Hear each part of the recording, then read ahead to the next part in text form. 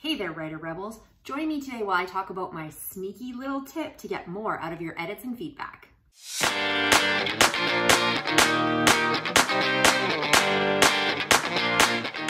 Hey there, everyone. It's me, Scarlett Kol, young adult author, YouTuber, and storyteller. Thank you so much for coming back to my channel. And if you are brand new here and joining us from the Author to Virtual Retreats, welcome aboard. We can always have more people in our Writer Rebel family. Anyhow, today we are going to talk about my sneaky little tip to get more out of your edits and feedback. So I'm sure anybody who's put their work out to be judged by someone else, whether that be an editor with a traditional publisher, an editor that you're paying to either seek traditional publishing or because you're an indie author, or just, beta reads from your friends and family or readers if you already have an established career. The thing is, after you've put your work out there, you can expect that you are going to get comments. Hopefully, in most cases, you are going to get positive comments that are going to make your work so much better. However, inevitably, this always happens to me. And if it hasn't happened to you, I'll be very, very surprised. But you will open the document, you'll go through the track changes, you'll go through everything that they've given you, and lo and behold, you will find the one thing in there. Sometimes it's more than one thing, sometimes it's just once, but there will be a comment in there that you're like, what? And you're going to ignore it and move past it. If you're with traditional publishing, maybe you do need to address it because you're going to be dealing with an editor who controls whether or not your book's going to be published. But if this is beta reader feedback or you are an indie author, you have the choice of bypassing that bad or inappropriate advice. However, by passing this advice by, you are losing out on a huge opportunity to make your writing so much better. Well, that doesn't seem to make a lot of sense. If the comment doesn't really fit your work, then how is that going to make your writing better? Well, one of the things that a lot of people do by skipping these things is not analyzing why those things are there. So I've broken everything down into about 4 different categories to which I usually get advice that I don't think necessarily fits. However, there are ways to use that advice to your advantage to make your manuscript better. The overarching theme of all 4 of these concepts is that the problem is that people disregard unwelcome advice before they have dissected it properly. So when I go through these 4 different things, I'm going to kind of talk about the types of comments that you will usually see come up that you're tending to disregard and how you can flip them into turning it into something a little bit better by dissecting that advice a little bit better. Dissecting advice can also be exceptionally helpful when you're dealing with beta readers, especially ones that do not have a writing or editing background. If they are just readers or family or somebody like that, sometimes they don't really know how to phrase things when they are providing advice or providing different comments in terms of how a writer would see things. So getting better at how to read your comments and how to dissect that advice will make things a whole lot simpler for you dealing with beta readers and taking what they have to say to make your story so much more enjoyable. All right, so here we go. The first type of advice that I see a lot, especially in my own work, is the I didn't get it advice. So basically you're going through your manuscript and they're going to leave a comment in there, basically confused about some sort of detail within your manuscript. The frustrating thing about it, and the reason that I call it the I didn't get it comment, is because usually your first instinct is, why didn't you understand this? Why don't you get it? Maybe it's your allegory on the human existence that just went over somebody's head, or maybe something a little bit simpler of, yes, of course that character needs to be whiny because of X, Y, Z and their character arc and all of those different things that you have built into your story. But this is where the comment comes into play, because if somebody isn't getting something, even though you feel that's already in the manuscript, it is possible that you aren't explaining things in the way that you need to. So you've built a theme into it. So you've built your character arcs and certain quirks and various different things about your characters. Well, if a reader is going through and commenting on how they didn't get it, or they didn't understand, or they're talking contrary to what you think you've built into your manuscript, maybe you haven't actually built it in the way you think you have. This comment can be easily disregarded because you simply go, well, I already did that, or I already explained that, they just didn't get it. Well, if they didn't get it, there's a possibility that many other readers won't get it. A good suggestion for this is to go back through your manuscript and take a look at whatever that concept is that they didn't get and make sure that you are explaining it enough. If you're not sure if you are explaining it well enough, maybe take some of the snippets where you feel you're explaining it and provide them to somebody else. See if they get to understand why you're doing the things that you're doing. If they don't understand why a character is acting a specific way, have you built that up enough that the reaction you're putting in there makes sense? Just because it makes sense in your head, it doesn't necessarily mean it makes sense to the reader. And another dangerous pitfall when you're editing is sometimes you edit things out that you forgot you edited out. So you remember writing it, but you don't remember that it's no longer in the manuscript anymore and might have been useful to make it easier for the reader. So if you are getting comments that somebody just didn't get it or doesn't seem to understand what you're trying to do with a character or a concept or a theme, go through the points for those things and make sure that you're actually hitting them properly. Because if somebody doesn't understand, somebody else won't understand. And maybe you have explained it enough or you do want to be subtle, but be prepared that you could end up with reviews or other readers who aren't getting it either. The second one I see a lot, especially in my own work again, is something I like to call the timing difference. Basically what this is when you want to do something with a slow reveal of information. I am all about the slow burn in the romance, everything. Anytime I have a mystery or anything that I need to set up or convey information, I like to delay it out to my reader as long as humanly possible. I'm not really sure why I like to do this, but it just seems to really work for me and this is my style. If this is your style, you may tend to get a lot of comments on, I don't understand this character's motivation. I don't understand why they want to do this. And your first reaction to comments like that are, well, you need to wait. This can be very dangerous because you can get into that DNF situation or did not finish, where readers get frustrated with your characters or your story because you aren't laying out enough information early on.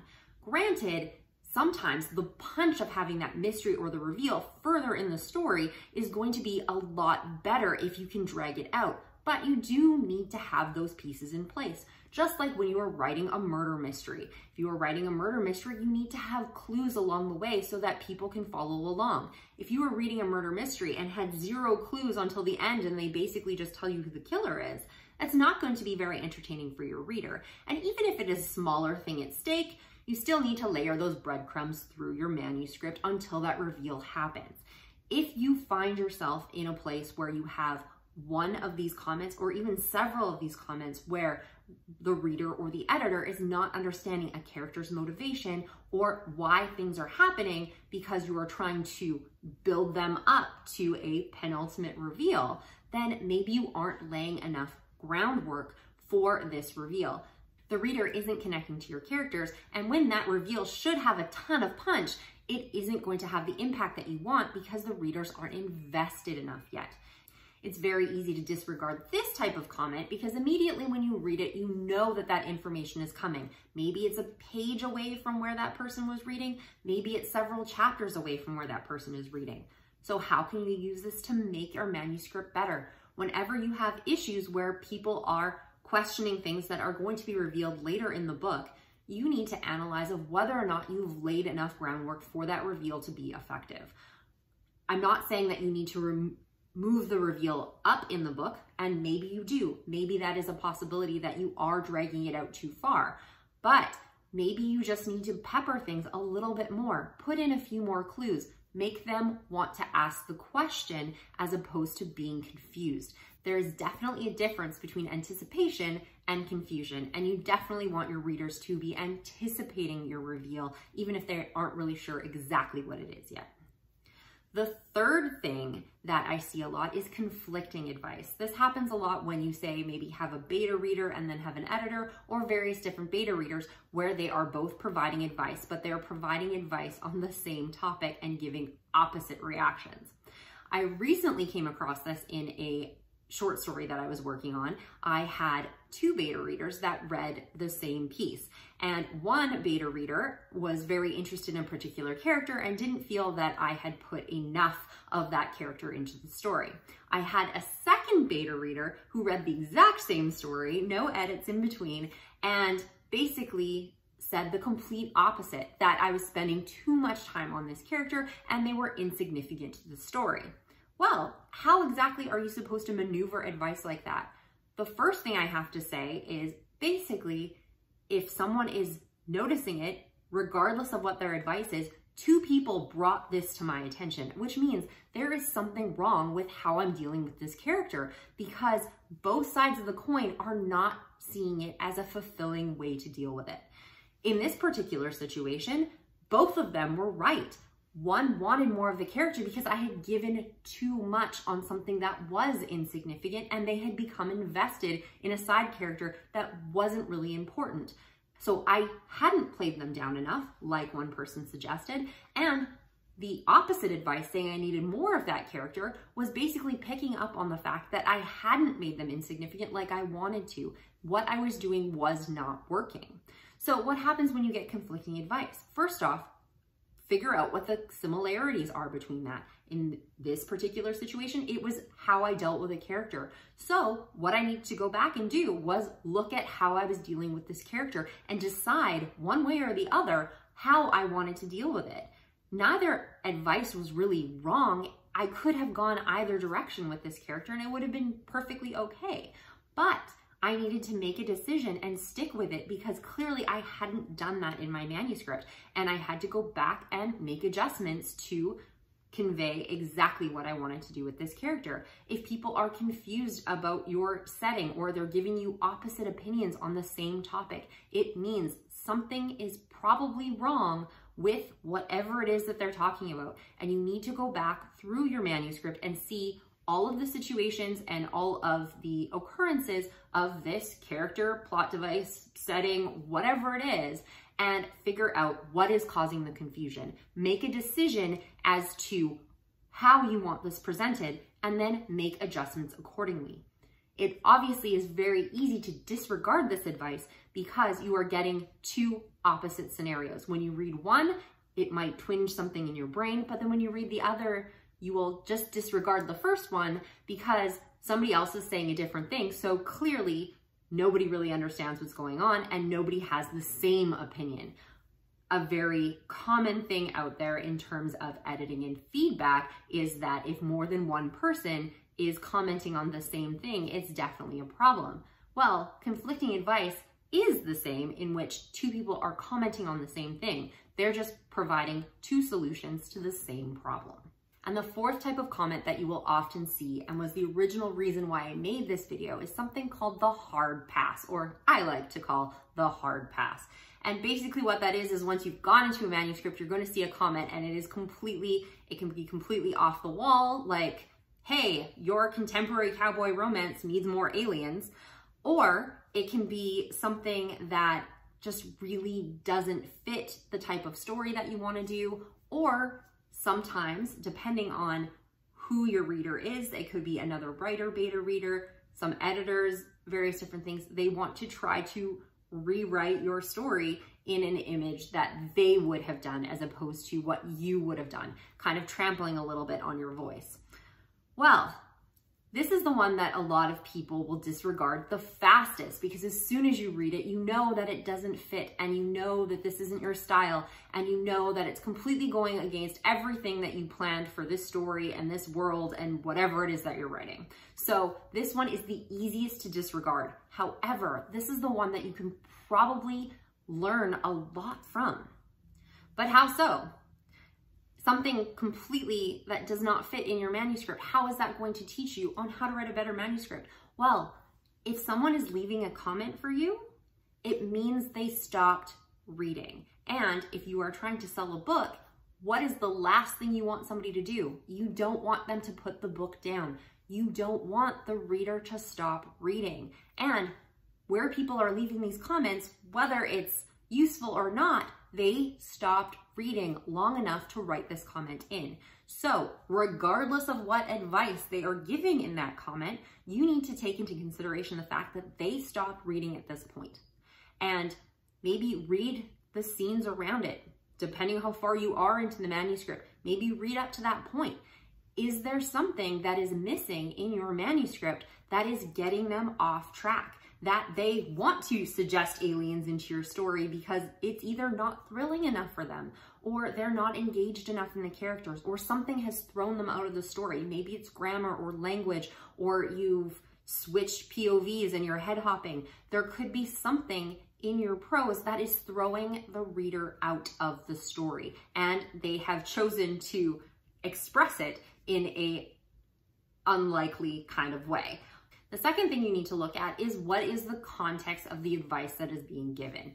Even though it may be completely off the wall, you could definitely have nuggets of truth in there. If people are suggesting things that would provide more action, maybe your pacing is too slow. If somebody is suggesting something that is more romantic, maybe the feels are just not in that scene the way you want them to. If someone is suggesting that the setting is off, or that they don't really like this part of the plot, well, that could be up to them, and it's very possible that that's just something they're not going to like. But maybe because something about this plot device that you're doing or where the scene is taking place just doesn't work. And it doesn't mean that you need to take their advice. Sometimes the advice provided in comments is awful. But in most cases, it wasn't unsolicited. You did ask them to read your manuscript for whatever reason, whether it be money or fun or just because you needed somebody to read it. So even though they have spent that amount of time putting those comments in, even if they don't work, clearly they're seeing something in the manuscript that they might not be able to put words to, or the proper words to. That's your job. You're the author, you're the writer, you are the one who creates the world. So now you need to put your reader hat on and read between those lines to figure out what they're trying to say doesn't work for your story. And sometimes it takes a little bit more investigation on your part of taking a look at the areas where they're leaving a lot of comments and trying to figure out why someone is stopping reading, why this isn't working for them, even if they can't articulate it perfectly themselves. Don't get me wrong, there's definitely hills to die on, and I have had comments from editors or beta readers where I've read them and gone through everything and still stood by my decisions as to what I wanted to see in a manuscript. I've done it through some of my traditional publishing with editors and had to have that back and forth conversation as to why I felt my decision was the better fit. And this does happen. Everybody is different on how they read and their life experiences and what they bring to the table when they read a manuscript. Obviously, when you write it, you're writing it from your life experience, how you feel, how you pour yourself into those words, and people are going to read them filtered by their own life experience. So just because you get something or something feels authentic to you, it might not to your reader or your editor. So you do have to take those things into consideration. And hopefully, most of your comments are going to be right on the money, and it's going to help you make this wonderful, perfect manuscript that everybody's going to love. However, do not disregard the advice that seems out of place. Just because it's out of place doesn't mean it's not useful, and doesn't mean it can't make your manuscript all that much better. Plus, if you're indie and you're paying this editor, you might as well get the most bang for your buck that you can. Well, that's my advice on editing and feedback. Never disregard advice, even if it doesn't feel like it fits. Look into the source of it and make sure that you are doing the best for your manuscript, the best for your characters, and the best for your readers. All right, so that's all I've got this week. This one's a little bit shorter, but hopefully this is going to be a valuable piece of advice for you guys. It's something that I've definitely learned over the years and has been very useful for me in almost every project that I've ever undertaken. So hopefully you will take this to heart and think about it the next time you get beta or editor feedback. If you are already using a technique like this, or if you have other ways of dealing with editor or beta feedback, please leave them in the comments below, as I would love to check it out. If you ever have any ideas of something that you would like to see on this channel, definitely leave that in the comments too, and I will take a look and see if I can get that in the schedule. Thank you so much for joining me, and thank you so much to all of my brand new subscribers from the AuthorTube virtual retreats that happened last weekend. If you joined me for the writer sprints or the traditional publishing panel, thank you so much for coming out. And if you really liked those sprints, let me know in the comments below, as I will be adding some, hopefully closer to November, and during NaNoWriMo, which will be coming up, and I will have some special videos for that. So if you don't want to miss any of my videos and haven't hit that red subscription bar notification bell, they're right under this video in case you want to find them. They will let you know every time I put up a new video, when I have lives for a writing sprint, and every time I want to talk about publishing or writing. Thank you so much for joining me, and I will see you guys all next week.